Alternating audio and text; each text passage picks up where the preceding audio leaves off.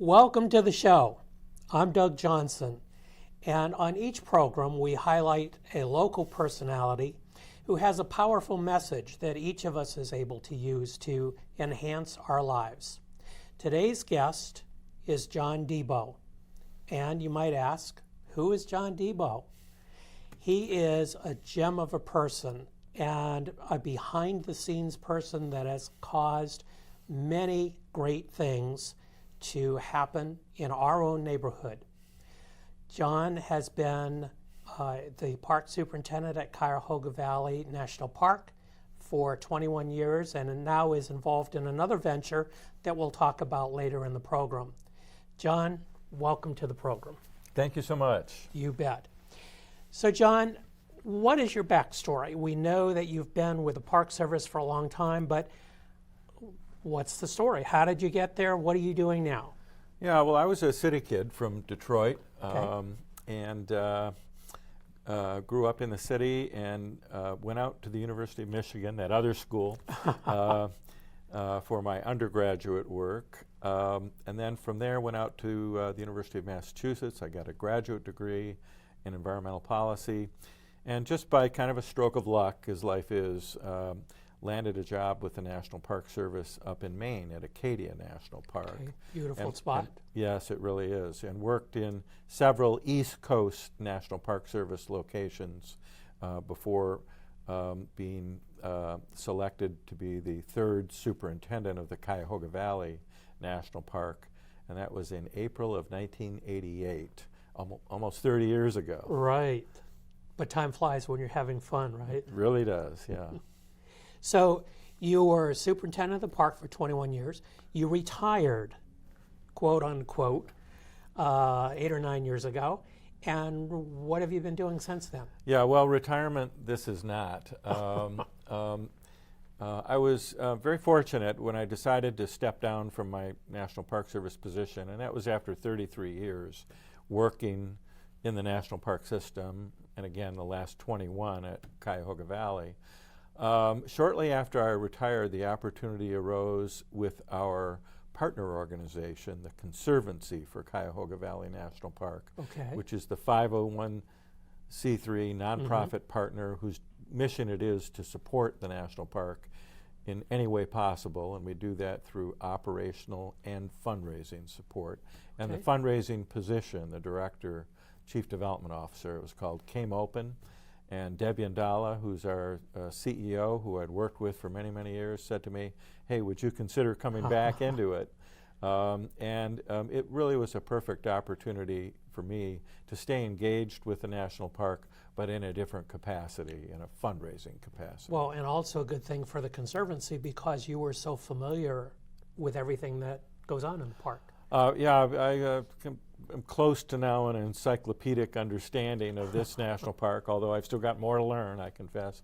But also with the network of people, businesses, organization in the Cleveland-Akron metropolitan area. 21 years, you get to meet a lot of people Right.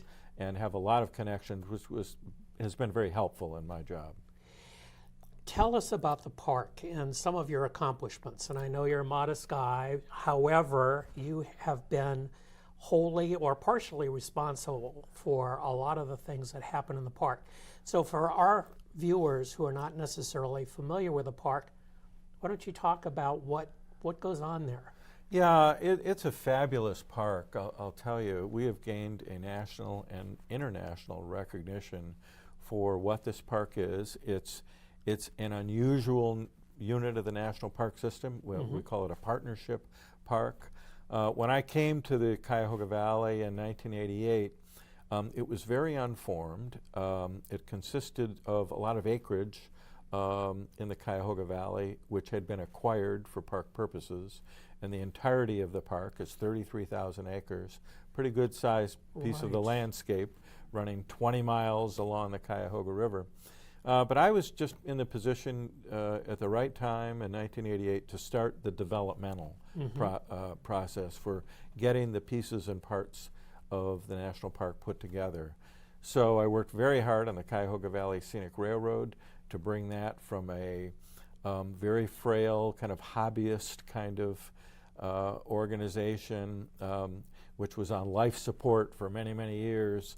I remember when we got the railroad operating again in 1989 after it had been shut down for a couple of years. We were very proud at the end of the year that we had 6,000 riders use the train in Cuyahoga Valley National Park. Fast forward to last year, and they had over 200,000 riders. So getting the parts and pieces of the Cuyahoga Valley Scenic Railroad put together and working with that nonprofit organization was a serious undertaking. Very early on, I identified that probably the single most important developmental project in the national park was to get the Ohio and Erie Canal towpath put together as a trail in the national park. In 1988, it was just an archaeological relic and not even traceable in some areas of the park. So over a 4-year period, we did the planning, design, and construction work to get the 20 miles of the towpath put together in the park. But probably just as importantly, I began to work with individuals and organizations in Cleveland, Akron, and points south all the way down as far south as Zoar and New Philadelphia, Ohio, in putting together the concept for the Ohio and Erie Canalway, which will very soon, in just a couple of years, result in the towpath being extended from the lakefront in Cleveland all the way south to New Philadelphia, a distance of about 110 miles. And there's much more to the Canalway development program. And if also. I can jump in here, the towpath is a great place to bike or to hike. Right. And you mentioned this morning that on your way in, you saw a bunch of wildlife in the park. And the towpath is just a phenomenal jumping off point to see wildlife. Sure. Yeah, this park, among other things, is a fantastic sanctuary, a wildlife sanctuary. It's estimated about 2/3 of the native plant species that are found in Ohio are in Cuyahoga Valley National Park. We have a fantastic resurgence of native wildlife in the valley. Just in my time, beaver have returned to the Cuyahoga Valley. River otters have returned. Eagles, turkeys, and the list goes on. We've got mink in the valley. It's really a tremendous asset for wildlife and native plants, and again extending out over 33,000 acres. One of the projects that I know you are very proud of and should be is the agricultural aspect of the park. I know that's really very unusual, and this park is the only one that has that. Can you talk a little about that? Yeah, it was a real challenge, a tremendous problem. When I landed here in 1988, I had no background or knowledge of agriculture, and yet an important asset in the park were beautiful farmsteads up and down the Cuyahoga Valley that had been purchased by the national park to prevent their development, but were basically in a sort of a limbo status. They weren't occupied. The National Park Service wanted to preserve them, but it was a tremendous challenge in figuring out how to do that. The original concept embedded in the park's plan was for a few of the farms to be preserved as museum settings. But we already had Hale Farm and Village preserving an early colonial era farmstead, and it just wasn't going to be economically feasible or even really the right thing to do for the National Park Service to try to be the operator of museum farmsteads in the valley. Eventually, after 6 or 7 years in the park, I had the opportunity to go to Great Britain, spend some time in British national parks where agriculture, real living agriculture is an important facet of those parks, and came back inspired with the idea that's what we needed to do here. And through the National Park Service Leasing Authority, get real people established in real agricultural initiatives, not not rearward thinking to be developed as museum set pieces, but rather forward thinking to have the tradition of agriculture continued in the Cuyahoga Valley, but in a very modernistic, progressive way, environmentally sustainable and organic approach towards farm use. And we recruited through a number of farm offerings individuals who wanted to do that in our area. So we now have 12 farmsteads up and running, and there'll be a couple more before the program is completed. We refer to it as the Countryside Initiative, and it's the only one of its kind in the national park system where we've had success in preserving farmsteads in this very progressive way.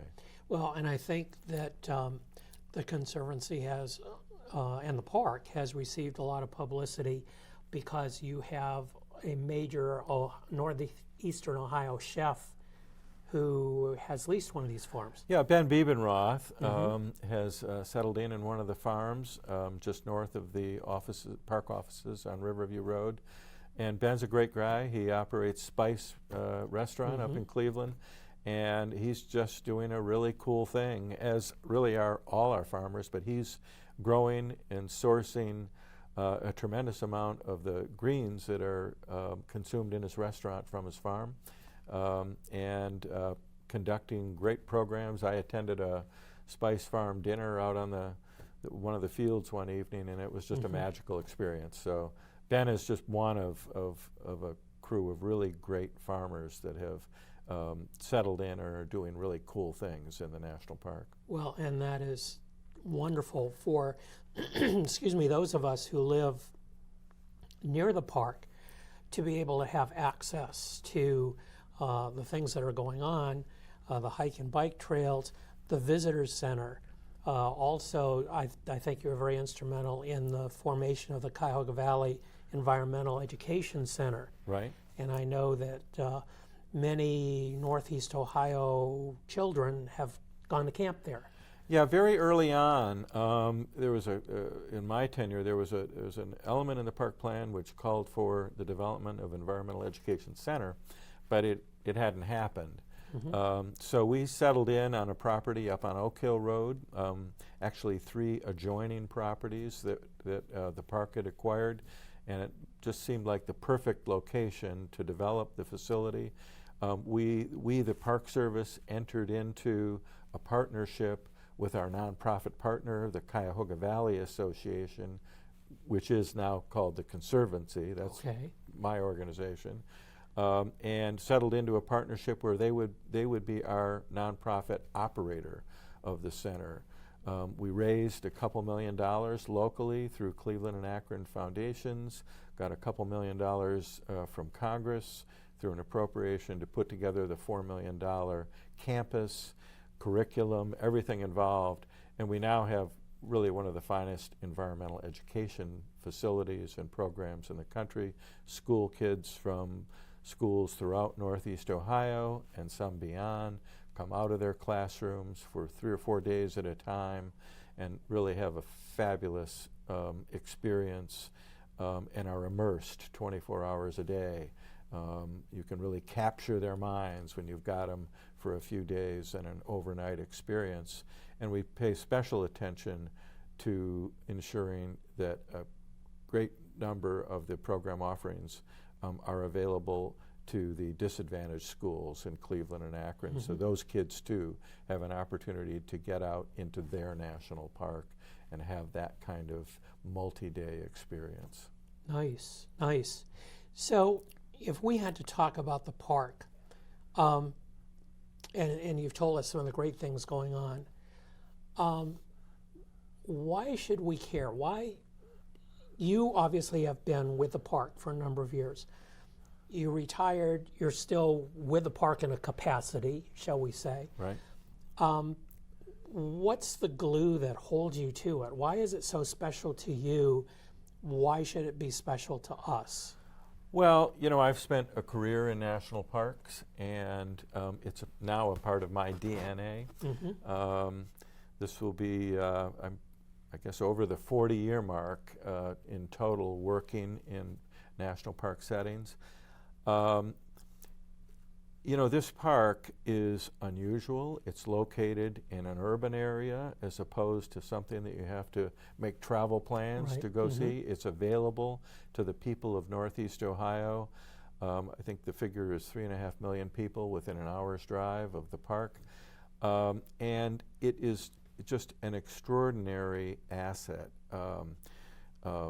And I think what it allows gives people the opportunity to get out into a setting that is protected, that will always be here, and there's so many ways to enjoy this park. We've got 101 miles of trails. There are footpaths, and of course the towpath is a footpath and a bike path. We've got equestrian trails, a brand new system of mountain bike trails available to people.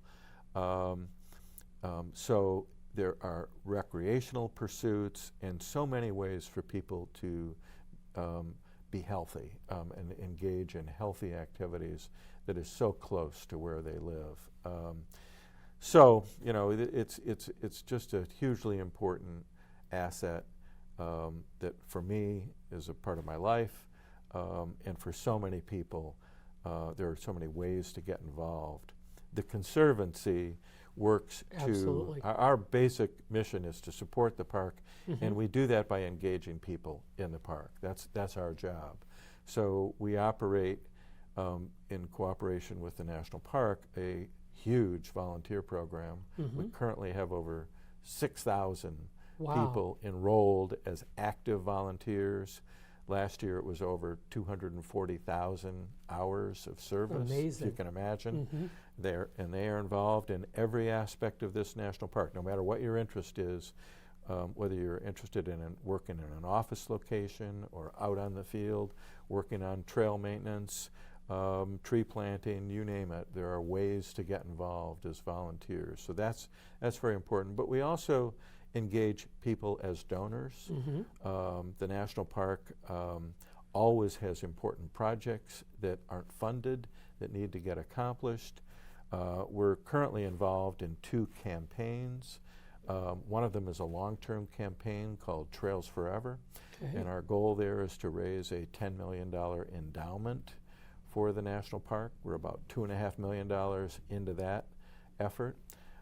When we're done, when we reach 10 million on deposit up at the Cleveland Foundation and the Akron Community Foundation, in perpetuity that will spin off $500,000 a year, restricted to operation of trails, the trails. in Cuyahoga Valley National Park. So that's a very important initiative. And then for the last 2.5 years, we've been involved in a $6 million campaign to provide for acquiring a property and redeveloping that property, a beautiful historic property called Zielinski Court, right on Riverview Road, just kind of kitty corner from the Boston Mills ski area. And that will become the new visitor center for the national park. And we're almost done with the fundraising. We've raised $5.5 million Impressive. of the $6 million needed. So I'm hoping that we'll be able to wrap up that campaign by June. And in May of 2019, this park will at long last have a full service visitor center that is positioned to receive both people from Northeast Ohio, the local people who visit the park, but also our national and now international visitors.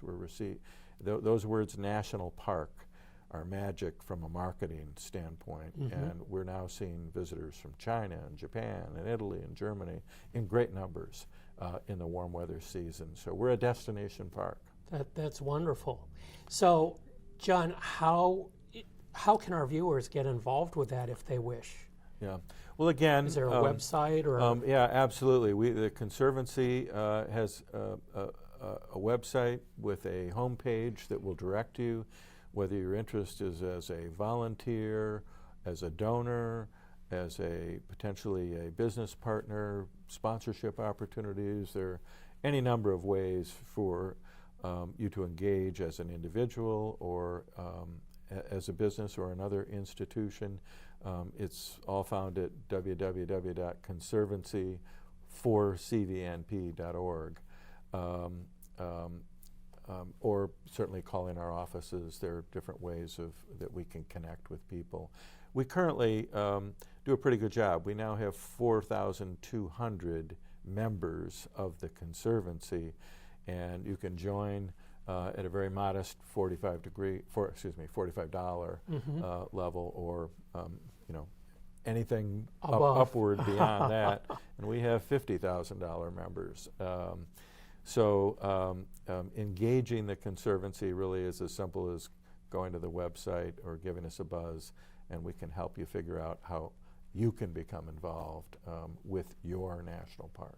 Well, and I like what you're saying, your national park, and this really is a way to preserve that, not only for our use, but for our children and grandchildren.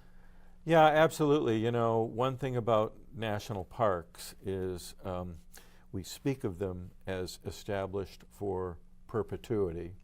Perpetuity is a long time. It is. But the fact is, when units of the National Park Service are established, they stay. They have staying power, so it will outlive us all. That's one of the things I love to think about is when I come back to this park after 25 years, or my kids come back after 50 years, the Cuyahoga Valley is going to stay largely the same. It will look so much in 50 years like it looks today. The National Park Service knows how to protect and take care of properties. It won't be developed, and it is going to be an asset for Cleveland and Akron and all the communities of our region forever. Well, I just think that's great. And in order to accomplish everything that has been accomplished, you've used some strategies for success. And three that we actually have talked about, one being willing to share control. Yeah, it's one of the lessons I learned along the way, and it took me a while to figure this one out. But as a manager of in effect, a business undertaking, and the national park is a fairly significant financial asset. It's an $11 million a year operation. But one of the things that I learned in coming especially to the Cuyahoga Valley is the need to share control. I was the superintendent of the national park, and in theory, I could have managed it in a command control kind of structure, but we had partners, the Cuyahoga Valley Scenic Railroad, the Countryside Conservancy, and other property owners in the valley. And I came to understand that really the way to get things done would be to share control, to be willing to give away some degree of management and operation of aspects of the park, as long as they were done in a way that was consistent with National Park Service thinking, but nonetheless allowing people to develop their own organizations with their own management structure, their own styles. And I always said, for instance, with the Cuyahoga Valley Scenic Railroad, which was an important operating partner of the park, the day the superintendent of the park got up into the cab and put his hand on the throttle of the locomotive would be the day that organization would start to dissolve. They had to have some degree of autonomy and willingness to try things, make their own mistakes, and grow and succeed. Well, and that's true not only in the park, but in business and also in everyday life. It's important to share control. The second thing that we talked about was pushing yourself outside the box. Yeah, I think it's very important. It's easy to talk about, not so easy to do. I think the best example I would use was in the Countryside Initiative, developing farmsteads in the national park. Kind of banged my head against the wall for years and years and years to try to figure out what to do with these farms.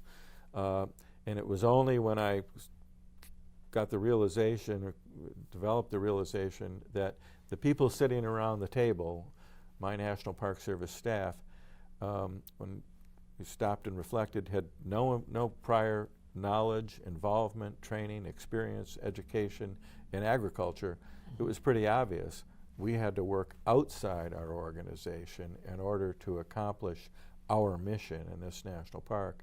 And that involves setting up a new nonprofit corporation, the Cuyahoga Valley Countryside Organization, to assist us. And they developed expertise in agriculture. They helped us with the solicitations and recruiting farmers, whatever. So they were very much outside the box for us, but necessary for us to accomplish our mission.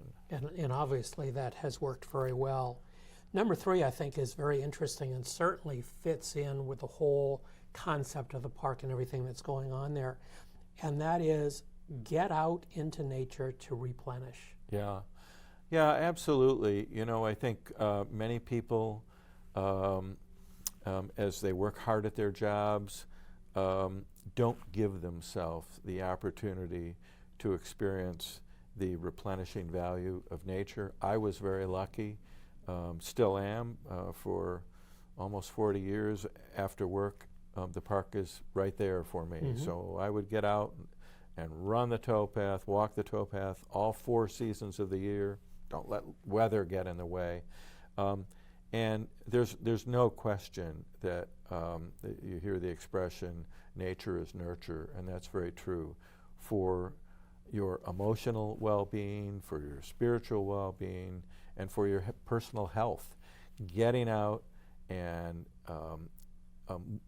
removing yourself from all of the daily crush of activity and pressure, and getting out in nature is just a fantastic way of making yourself a better person, getting healthy, and allowing yourself to sort of achieve your full potential. John, we're out of time, but thank you so much. And for all of our viewers, please go to the Cuyahoga Valley National Park and enjoy yourselves. Absolutely. John, it's been a pleasure. Thank you so much. Thank you.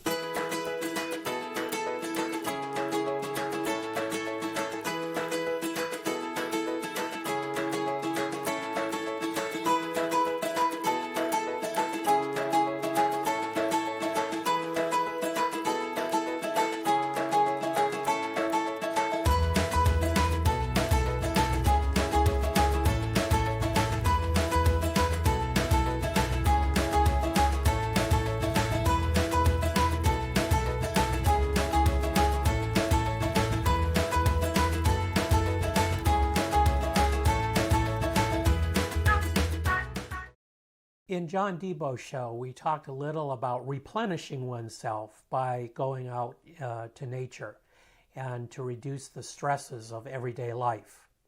So let me talk about stress for a minute. Something has just happened at Harvard University. The administrators of the libraries there have decided to do away with the 50-cent per day per book fine for overdue books. Now, typically, we of a certain age know that if we get fined, we go to the library and we pay the fines. However, Harvard has decided to do away with their 50-cent fines because, wait for it, it would stress the students too much. Now, really, my thought was that universities are supposed to prepare students for the real world. Now tell me, Harvard, are you doing your job?